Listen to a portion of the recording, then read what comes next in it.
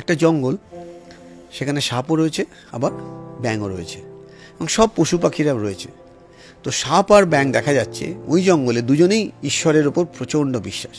রোজ সাপ সকালবেলা উঠে প্রে করে, ব্যাঙও প্রে করে। তো যথারীতি একটা দিনের ঘটনা, ব্যাঙ সকালে উঠে প্রে করছে, ঈশ্বর তুমি এত করুণাময়, আজকে আমার জন্মদিন, আমার বাচ্চাদের জন্য আমি এক্সট্রা খাবার নিয়ে আসতে চাই, তোমার কাছে প্রার্থনা করি আজকের দিনটা আমায় শুভ করো। সেম জঙ্গলে আরেক প্রান্তে এক বিরাট বড় সাপ, সে প্রায় 7-8 দিন কোনো খাবার পায়নি। তো তার প্রশ্ন ঈশ্বরের কাছে, ঈশ্বর তুমি তো করুণাময়, আজকে আমি আশা করব আমি 7 দিন খাইনি, আজকে অন্তত খাবার দাও যাতে আমি মুক্তি পাই, বেঁচে যেতে পারি।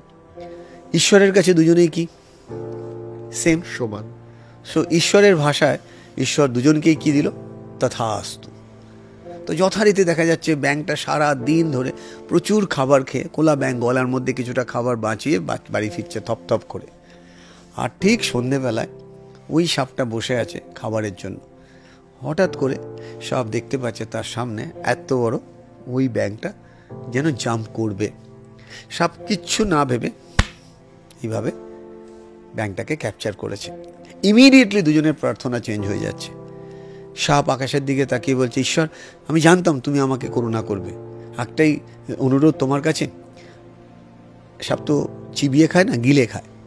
তো সাপ প্রার্থনাটা এরকম, আমি খাবারটা ধরেছি কিন্তু ঠিক ভালো করে ধরতে পারিনি যাতে আমি গিলতে পারি, তুমি আমাকে আরেকবার সুযোগ দাও যাতে আমি গিলে খেতে পারি।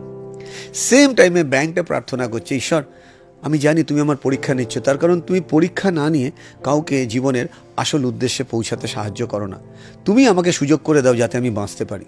এবার ঈশ্বরের কাছে আবার সেই দুজনেই কি সেম।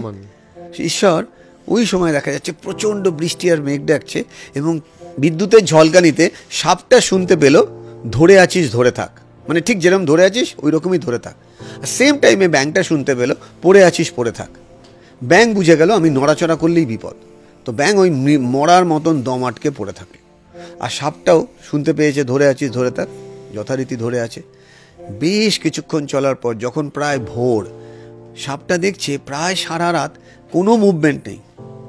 তো সেক্ষেত্রে এটাই রাইট টাইম খেয়ে নেওয়া। যেই না মুখ খুলে ধরতে গেছে, যথারীতি ব্যাঙটা জাম্প করেছে। এবার দুজনের প্রার্থনা আবার পাল্টে যাচ্ছে। ব্যাঙ বলছে, আমি জানতাম ঈশ্বর তুমি আমার পরীক্ষা নেবে এবং আমাকে তুমি জিততে সাহায্য করবে, অশেষ ধন্যবাদ। সেম টাইমে সাপটা বলছে, ঈশ্বর এ তোমার কি পরীক্ষা, তুমি মুখে খাবারটা দিয়েও নিয়ে নিলে। ঈশ্বর দুজনকেই মেসেজ দিচ্ছে। সাপ শুনতে পাচ্ছে যে তোমাকে কি বলেছিলাম, ধরে আছিস ধরে থাক, তুমি নিজের বুদ্ধি লাগিয়েছো, তুমি আমার কথা শোনোনি, তোমার কর্মের ফল তোমাকেই পেতে হবে। আর সেম টাইমে ব্যাঙটা শুনতে পাচ্ছে যে আমি কিছুই করিনি, তুমি তোমার কর্মের ফল পেয়েছো, তার কারণ আমি তোমায় বলেছিলাম পড়ে আছিস পড়ে থাক, এবং তুমি ছিলে বলে তুমি মুক্তি পেয়েছো। সো আমরা আমাদের জীবন দিয়েও যদি এটা একটু রিলেট করে দেখি, আমরা অনেক সময় কিন্তু সাপের রোল প্লে করি, করে যাচ্ছি, হঠাৎ করে মনে মনে ভাবলাম আর একবার দেখবো, যদি না হয় তাহলে ছেড়ে দেবো। বহু মানুষ আছে লাস্ট মোমেন্টে গিয়ে আর হয়তো আর একবার ট্রাই করলে তার লাইফের ক্র্যাক করতো বা অ্যাচিভ করতো, সে হয়তো ট্রাই করেনি।